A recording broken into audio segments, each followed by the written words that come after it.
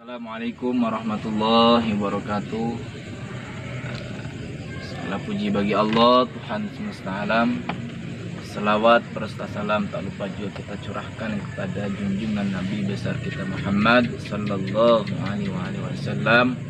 Mudah-mudahan syafaatnya kepada umatnya, dan kita semua umatnya pun bisa mengikuti jejak beliau, bisa mengikuti sunnah-sunnah beliau. Amin amin ya rabbal alamin. Pada kesempatan malam hari ini kita akan sersan, kita ngobrol santai dengan narasumber kita, orang tua saya, Bapak Sasih MPD, insya Allah akan menjadi doktor. Amin. Pada kesempatan malam hari ini kita akan membahas tentang yang sangat mengerikan, suatu kata yang sangat menakutkan, yang ketika kata tersebut ada di dalam diri kita, yaitu tentang munafik. Pada kesempatan malam hari kita akan mengupas, mengkaji apa sih itu munafik dan bagaimana ciri-ciri orang munafik. Nanti akan kita bertanya kepada orang tua kita, Bapak Ustadz Sasih MPD. Pada kesempatan hari ini minta waktunya kepada orang tua kita, orang tua saya, Bapak Ustadz Sasih, untuk menjelaskan supaya tidak ada lagi kesalahpahaman apa itu munafik, dan bagaimana ciri-ciri orang munafik. Pada orang tua kita, silakan untuk menjelaskan. Ini kata munafik sudah menjadi bahasa Indonesia. Sebetulnya akar katanya nafako dari bahasa Arab yang itu munafikun. Dia mempunyai dua sisi. Ya, munafik itu mempunyai dua sisi di hatinya. Di sisi lain di hatinya mengatakan amanah billah wal yaumil akhir. Ya, tapi kemudian di perilakunya tidak demikian. Ini bahaya. Jadi munafik ini dibahas dalam Al-Quran di surat Al-Baqarah, ya. Wa minan nasi may yaqulu amanna billahi wal yawmil akhir wa ma hum bimu'minin. Terus sampai fi qulbi maradun fazadahum maradun. Terus dibahas. Orang munafik ini musuh Islam yang di dalam sulit, musuh yang paling sulit untuk menghadapinya. Tokoh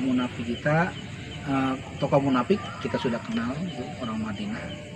Siapa namanya? Tokoh munafik orang Madinah itu ujungnya Sahal. Munafik siapa namanya coba? Abu Sahal. Bukan apa munafik itu ujungnya itu tokoh munafik itu, ya. Bahkan ada sahabat Nabi yang memang dikhususkan untuk mendeteksi orang-orang munafik di sekitar Rasulullah. Itu ada salah satu sahabatnya. Jadi Allah memberikan keahlian untuk membaca batin orang-orang yang di sekitar Rasulullah, terutama orang-orang munafik. Dan itu pernah oleh sahabat-sahabat yang mukmin, yang beriman, seperti Umar bin Khattab, Abu Bakar Siddiq, dan lain sebagainya, itu menemui sahabat itu untuk mengecek apakah nama dia ada di situ. Jadi bukan mengecek nama orang, bahkan mengecek sendiri nama dia gitu. Makanya perilaku sahabat Umar bin Khattab ini seharusnya dilakukan pada masa sekarang. Kita jangan menjustis orang itu munafik, tapi juga seharusnya kembali kepada diri kita gitu. gue ini munafik bukan, seperti yang dilakukan Umar gitu. Dia nggak menanyakan orang lain gitu, tapi menanyakan dirinya. Begitupun kita saat ini menanyakan diri kita, jangan menanyakan diri orang lain gitu. Sebab sekarang yang kita tuduh munafik, dia pun mengatakan lo munafik juga, lo munafik juga, lo munafik juga. Akhirnya nggak ada udah soal ini. Jadi lebih apa bagusnya ketika penyakit munafik ini lebih menunjuk kepada diri kita, jangan menunjuk kepada diri orang lain, dan itu akan mendapat poin dan akan mendapat nilai itu. Ini luar biasa memang ini orang munafik ini. Bagaimana perlakuan Rasulullah untuk menghadapi orang-orang munafik ini? Ya, pernah Umar bin Khattab radhiyallahu an itu ingin mengusulkan supaya orang-orang munafik dihajar aja, pedang mungkin langsung dihajar gitu. Tapi oleh Rasulullah ya berdasarkan wahyu jangan. Yang penting kamu tahu aja dah ya, siapa orang-orang munafik. Rasulullah tahu. Ya, orang munafik ini luar biasa memang ya. Ketika ini aja, ketika perang Badar, itu perang pertama pada masa Rasulullah ketika di Madinah, itu perang pertama. Itu peran orang munafik untuk mengembosin agar orang-orang beriman tidak ikut perang itu luar biasa. Ya, 100 orang kan ketika itu ahli Badar itu. Nah itu luar biasa. Apakah orang-orang munafik saat ini ada? Ada banget. Ya, tipe orang kayak begini ini dari masa lalu sampai sekarang itu ada. Ya, gitu. Seperti itulah orang-orang munafik. Ya. Bagaimana ciri-cirinya gitu? Ya, yang kalau terdapat atau itu Rasulullah mengatakan ayatul munafikun salah tanda-tandanya. Kalau ngomong suka bohong, kalau percaya suka berkhianat, gitu kan? Apalagi itu. ini sekarang ini kan kebanyakan orang munafik itu bersurban, Iya. berpeci, gitu kan? Dan sulit untuk mengatakan atau sulit menyirikan bahwa dia itu orang munafik, karena satu kata kita mengatakan kepada orang munafik padahal dia tidak, kan itu sangat fatal gitu. Gini, solusinya dengan batin. Seperti ketika Rasulullah itu dikasih apa namanya wahyu gitu, sahabat kemudian dikasih hikmah gitu, bisa membaca hati orang lain gitu. Jadi hanya orang-orang tertentu sajalah yang bisa mengetahui bahwa dia itu munafik dan tidak. Makanya kita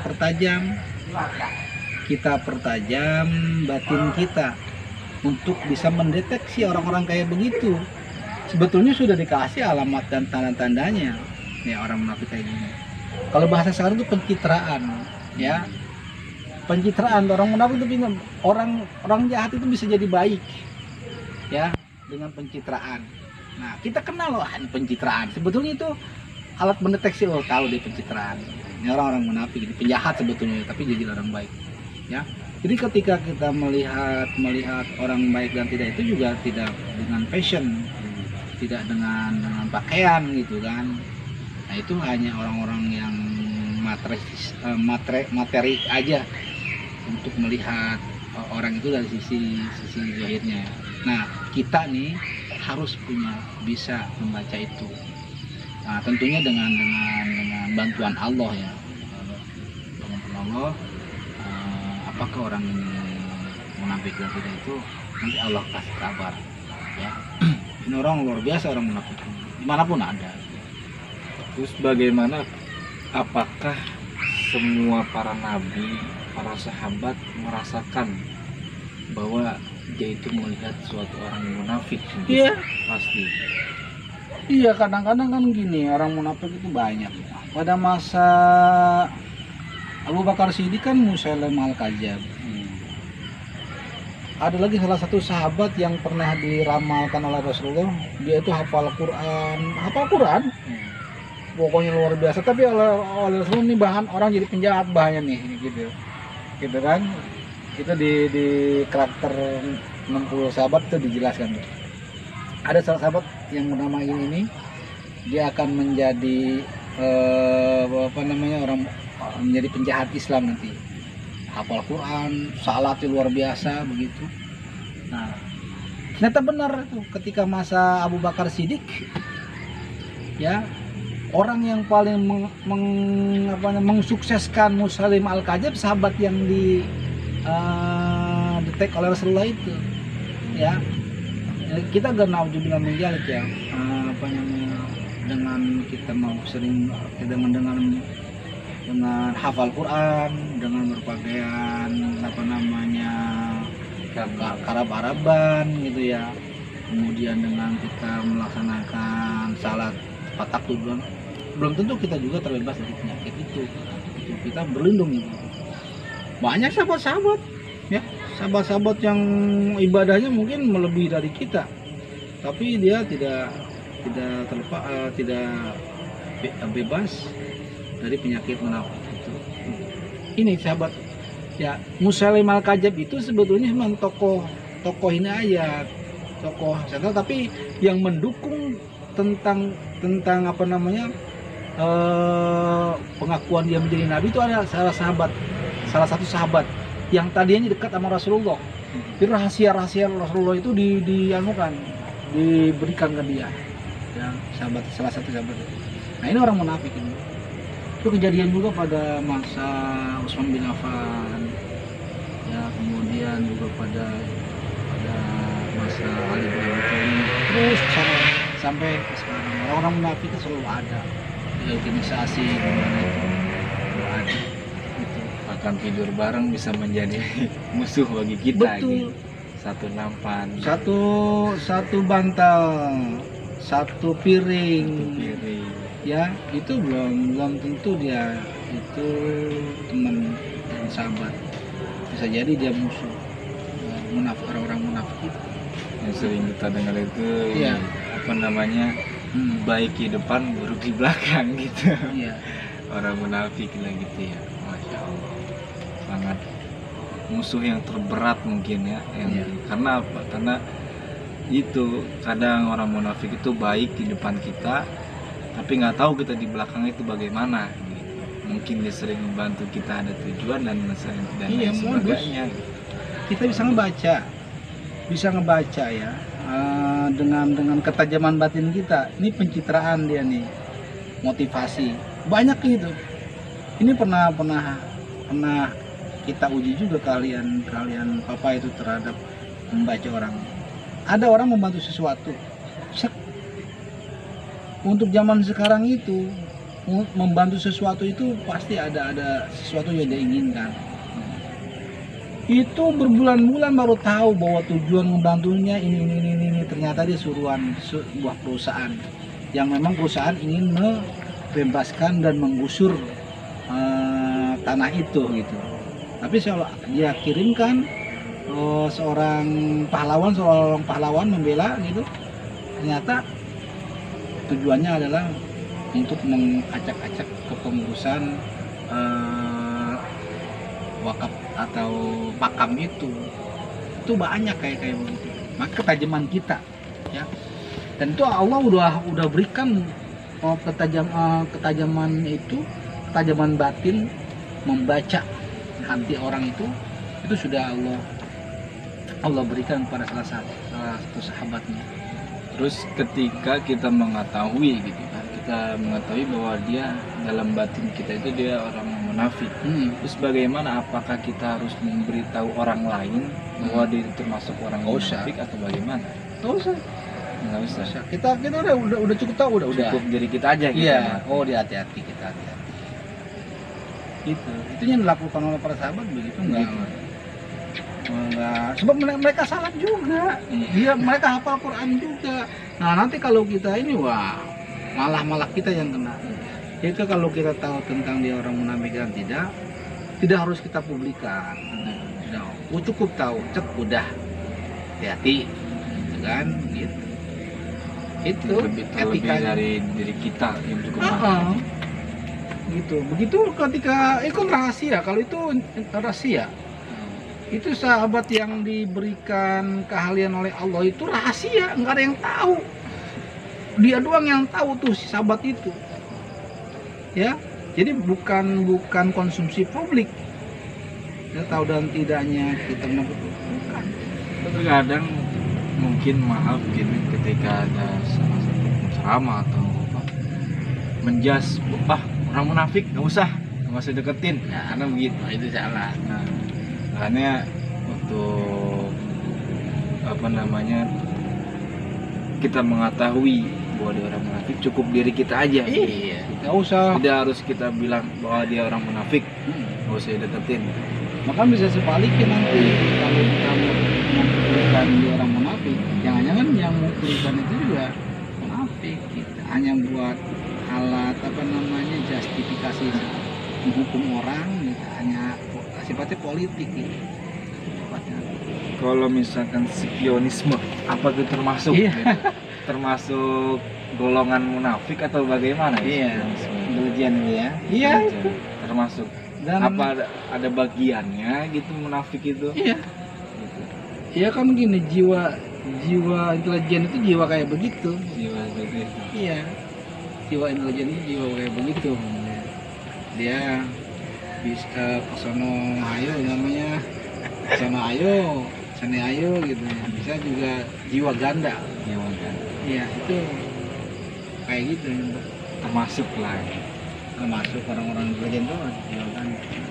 Kecuali mungkin intelijennya kayak gini, intelijen Islam gitu, memang terjaga gitu ya. Hanya apa namanya, itu kan pekerjaan rahasia ya, apa namanya, yang dia harus lakukan. Ini kan pernah terjadi ketika perang Khandaq. Ketika perang Khandaq ada salah satu orang kafir nyebrang ke kelompok Rasulullah gitu pada malam hari gelap. Kemudian dia menyatakan bahwa dia akan masuk Islam. Kemudian orang kafir yang masuk Islam itu mengatakan begini, ya Rasulullah, saya punya ide kan untuk memenangkan perang ini, boleh nggak? Gini. Ya gitu. Ya silakan, kata Rasulullah gitu.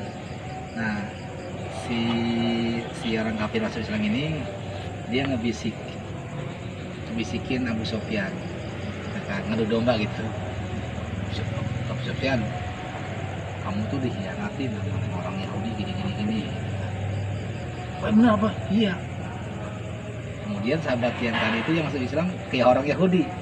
Yahudi, lu tuh dikhianatin sama Abu Sofyan, gitu kan, gitu. Sama Abu Sofyan dikhianatin lo, gini. Benar iya. Nah akhir tuh kedua orang itu kan, kedua kelompok Quraisy yang dipimpin oleh Abu Sofyan dan Yahudi ya perang, apa namanya, konflik.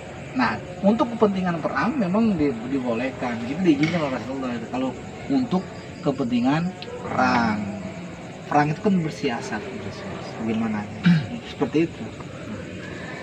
Ya itulah bahasan pas dari sejarah tentang penafikan yang ternyata semua para nabi, semua para sahabat pun tidak luput merasakan bagaimana adanya orang munafik di sekelilingnya. Segitu sekelas nabi, sekelas sahabat, apalagi kita kecolongan, apalagi kita gitu kan. Ya mungkin tidak terlihat memang orang-orang munafik itu, tapi bisa dirasakan oleh orang-orang yang tertentu saja bahwa dia orang munafik, dan tidak boleh untuk mempublikasikan bahwa ketika kita mengetahui dia orang munafik, cukup kita aja yang merasakan. Seperti itu munafik, nafako katanya. Jangan, mudah-mudahan kita terlepas dari kata-kata munafik dalam diri kita, jauh dari kata-kata munafik ya. Mungkin itu aja Bapak pada kesempatan malam hari ini, sedikit tadi kita membahas Nanti jika ada ingin bertanya silahkan komen di YouTube kami. Nanti pada kesempatan hari nanti kita akan ngobrol lagi tentang pembahasan yang lain seperti itu. Dan jangan lupa untuk para penonton yang nonton YouTube kami, jangan lupa like and subscribe untuk mendukung dakwah kami dalam YouTube ini, karena kita akan memanfaatkan teknologi sebaik-baik mungkin. Mungkin itu aja. Terima kasih Bapak atas waktunya. Sekarang tolong tutup untuk kesempatan malam ini. Subhanakallahumma wa bihamdika la ilaha illa anta astaghfiruka wa atubu ilaik. Shalawat bil qulub. Allahumma sholli ala sayyidina Muhammadin tibil qulubi wa dawaiha wa afiyati abdani wa shifaiha wa nuril absari wa diyaiha wa ala alihi wa sahbihi wa sallim. Sekian, terima kasih. Wassalamualaikum warahmatullahi wabarakatuh.